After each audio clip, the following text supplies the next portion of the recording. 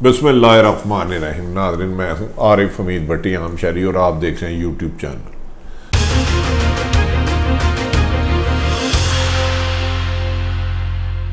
नाज़रीन, आज पाकिस्तान की सलामती पर फिर हमला किया गया। 80,000 से ज़्यादा शहादतें देके हमने अपने मुल्क में अमन कायम किया रद्दुल फसाद और ज़रबे अज़ब के बाद। भारत को पाकिस्तान का अमन एक आंख नहीं बहा रहा था। पाकिस्तान स्टॉक एक्सचेंज कराची को पिछले 5 साल से धमकियां मिल रही थी कि उधर अटैक किया जाए और दुनिया से स्टॉक एक्सचेंज से पाकिस्तान डिस्कनेक्ट हो जाए। आज 4 मुसल्लह दहशतगर्द आए जिनके पास भारतीय साहत का असला था। उन्होंने पाकिस्तान स्टॉक एक्सचेंज में दाखिल होने की कोशिश की, जिस पर कराची पुलिस के सब इंस्पेक्टर और 4 गार्डों ने अपनी जिंदगियों के नजराने दे के दहशतगर्दों को इबरतनाक सजा देते हुए मौत की नींद सुला दिया गया। उस शहीद होने वाले सब इंस्पेक्टर और गार्डों को यकीनन पाकिस्तानी कौम का सलाम, जिन्होंने पाकिस्तान की स्टॉक एक्सचेंज पर हमला करने वाले दहशतगर्द, जो कहा जा रहा है कि राह के ट्रेनिंग याफ्ता थे, तरबियत याफ्ता थे और बलोच लिबरेशन आर्मी का हिस्सा थे, जिसका उन्होंने इसका तस्लीम भी कर लिया कि ये दहशतगर्दी की वारदात उससे कराई है। नाज़रीन, कराची में अरसा दराज से ये थ्रेट्स आ रही थी, लेकिन कुछ अरसे से देखा जा रहा है जैसे जैसे भारत का अमन तबाह हो रहा है।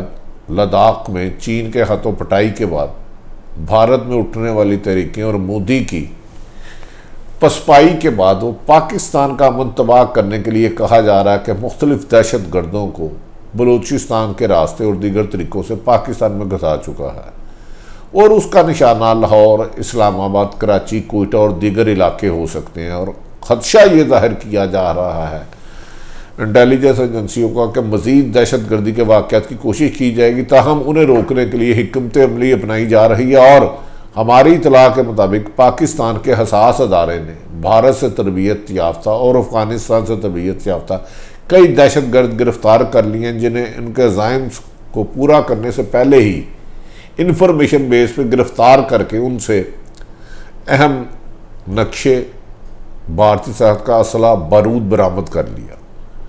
अगर आज वो चले जाते तो यकीनन पाकिस्तान के लिए एक बहुत बड़ा निशान होता और दुनिया की स्टॉक एक्सचेंज से पाकिस्तान का राब्ता कट जाता।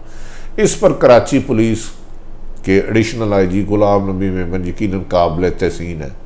कहा जा रहा है कि उनका दहशतगर्दों के साथ मुकाबला करने का वसी तजर्बा है और वो एक अच्छे अफसर के तौर पर पहचाने जाते हैं।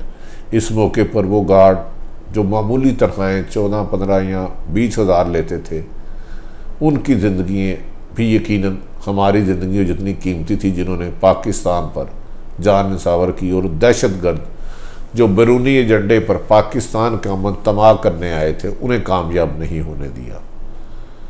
नाज़रीन, ये तो सच है कि हम कब तक कुर्बानियाँ देंगे। हमारी पाक फौज, पुलिस और अवाम में 80,000 से ज़ायद भारत की तरफ से दहशतगर्दों की बारूद का निशाना बने, इनमें लादतात पकड़े गए, लेकिन भारत बाज नहीं आता।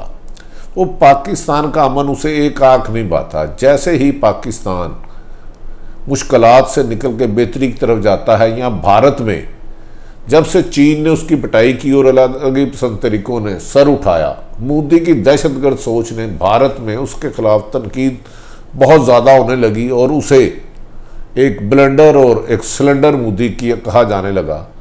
उसने पाकिस्तान की सलामती को के साथ फिर छेड़छाड़ शुरू कर दी और कहा जा रहा है अफ़गानिस्तान और दीगर रास्तों से वो पाकिस्तान का अमन तबाह करना चाह रहा है, जिसके बारे में कहा जा रहा है कि चंद रोज़ कबल अस्करी क़यादत के इजलास में ये इन्फॉर्मेशन मिल चुकी थी कि भारत के दहशतगर्द पाकिस्तान में आकर अहम शख्सियात और अहम इमारतों को टारगेट कर सकते हैं।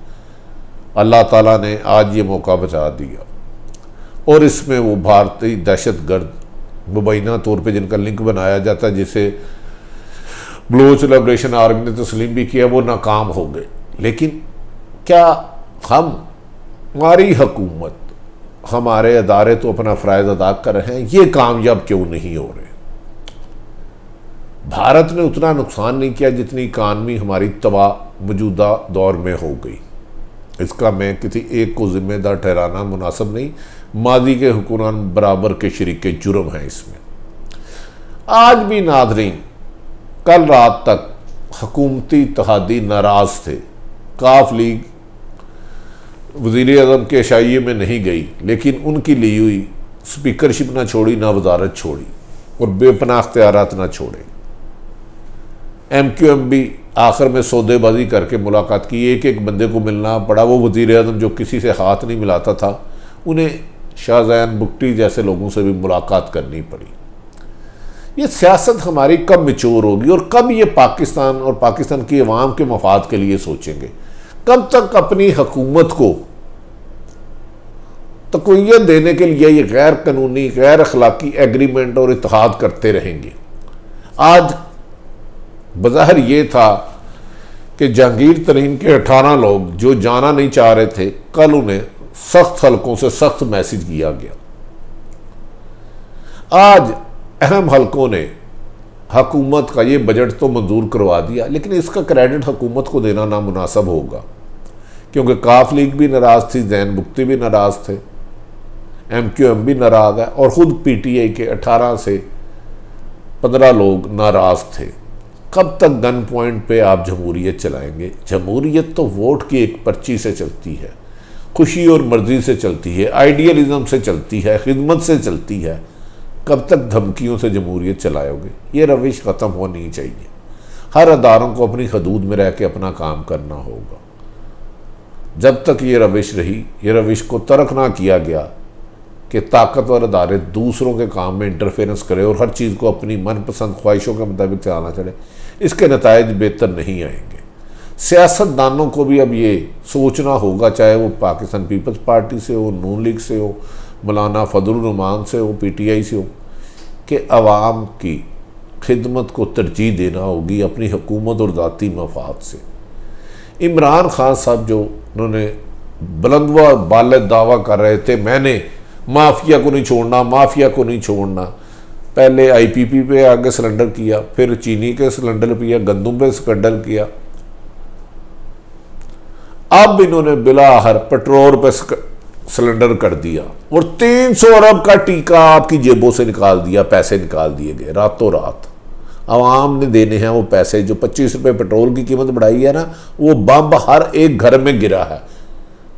उसकी शायद उससे ज़ख्मी तो कोई नहीं, लेकिन उसकी शिद्दत और उसके धुएं से मदहोश ज़रूर हो गई है 20 करोड़ आवाम। आखिर क्या मजबूरी थी इमरान खान सी कि रातों रात 300 अरब का आवाम को इंजेक्शन और चंद ऑयल कंपनियों को फ़ायदा उठाने के लिए इन्होंने उन्हें ये रिलीफ दे दिया, जिससे 300 अरब रुपये का आवाम को नुकसान हो गया। नाज़रीन, हम आप जब तक अपने हकूक़ के लिए नहीं जागेंगे, हाँ पीपल्स पार्टी की हुकूमत हो, मुस्लिम लीग नून की हो, PTI की हो, याद रख लें आपको आपके हकूक़ नहीं मिलेंगे। आपको लुटेरों से जान छुड़ाना होगी। कानून में इतनी सख्त नहीं रही कि किसी ताकतवर को सज़ा दे सके। ये तो रोज़े रोशन की तरह अया हो गया है। पाकिस्तान में अरबों खरबों रुपए के स्कैंडल मुबैना आते हैं, वो पीपल्स पार्टी पर भी इल्ज़ाम लगता है, नून लीग पर भी लगता है, अब तो PTI पे भी लग रहा है। लेकिन सज़ा की ना रवायत थी, ना रवायत है, ना रवायत बज़ाहिर हो सकती है, क्योंकि हुकूमत में जैसे ही कोई इक़्तिदार में आते हैं सियासतदान, वो अपनी हुकूमत को टाइम फ्रेम बढ़ाने के लिए हर वो कंप्रोमाइज़ करते हैं जिसका आवाम की जेबों में डायरेक्ट डाका होता है। बिजली के बिल ले लें, गैस के बिल ले लें, पेट्रोल की कीमत ले लें, रोज़मर्रा अशिया की कीमतों में इजाफा ले लें। लेकिन जैसे ही इक़्तिदार के ऐवानों में जाते हैं, आवाम और इनके दरमियान इस तरह के फासले आ जाते हैं, ना इन्हें आवाम के हकूक़ याद रहते हैं, ना आवाम की मजबूरियाँ याद रहती हैं, ना ज़रूरत याद रहती है। आवाम बदतर से बदतर ज़िंदगी गुजारने पर मजबूर होती जा रही है और ये पुरसाइश ज़िंदगियों में नशे में धुंध आवाम से दूर हो जाते हैं। नाज़रीन, कब तक आप लोग कुर्बानियाँ देंगे? इन बेरूपियों को पहचानिए। इस मुल्क में हालात ये है कि जस्टिस फायद ईसा ने की मिसिज ने कहा कि मेरे मियाँ को एक ज़िंदगी को ख़तरा है। अगर एक सुप्रीम कोर्ट के जज की ज़िंदगी को ख़तरा है, मैं और आप तो 20 करोड़ कीड़े मकोड़े हैं ना, हमें तो कभी भी कोई रोक सकता है। लिहाजा एक ही हल है, माफिया के खात्मे के लिए कानून को मजबूत किया जाए, माफिया को कुचल दिया जाए, ना सिर्फ उनके बारे में खबरें और इंकशाफ हों, उन्हें सजाएं हों, और तमाम अदारे अपनी हदूद में रहकर काम करें। साफ़ी अपनी हदूद में रहे, सरकारी अफसर अपनी हदूद में रहे, पॉलिटिशियन अपनी में रहे।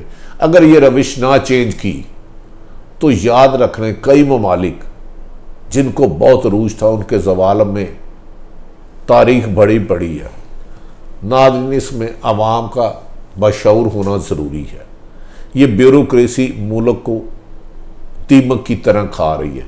चंद ताकतवर माफिया, हर माफिया चाहे वो ऑयल माफिया हो, गैस माफिया हो, गंदम माफिया हो, पेट्रोल माफिया हो, आटा माफिया हो, चीनी माफिया हो, कब्जा माफिया हो, हर के पीछे कोई ना कोई ताकतवर है। इन ताकतवरों को सजाएं देना होगी। ये जो ताकत जराइम की यूनिवर्सिटियाँ बना रहे हैं ना, इनको सजाएं देना होगी, इन्हें इबरतनाक अंजाम देना होगा। ये किसी भी रूम में बैठे हैं, कतन इसके दुनियावी ओहदे के प्रवाह हुक्मरान हैं या पॉलिटिशियन हैं या बिजनेसमैन हैं या किसी भी रूम में है।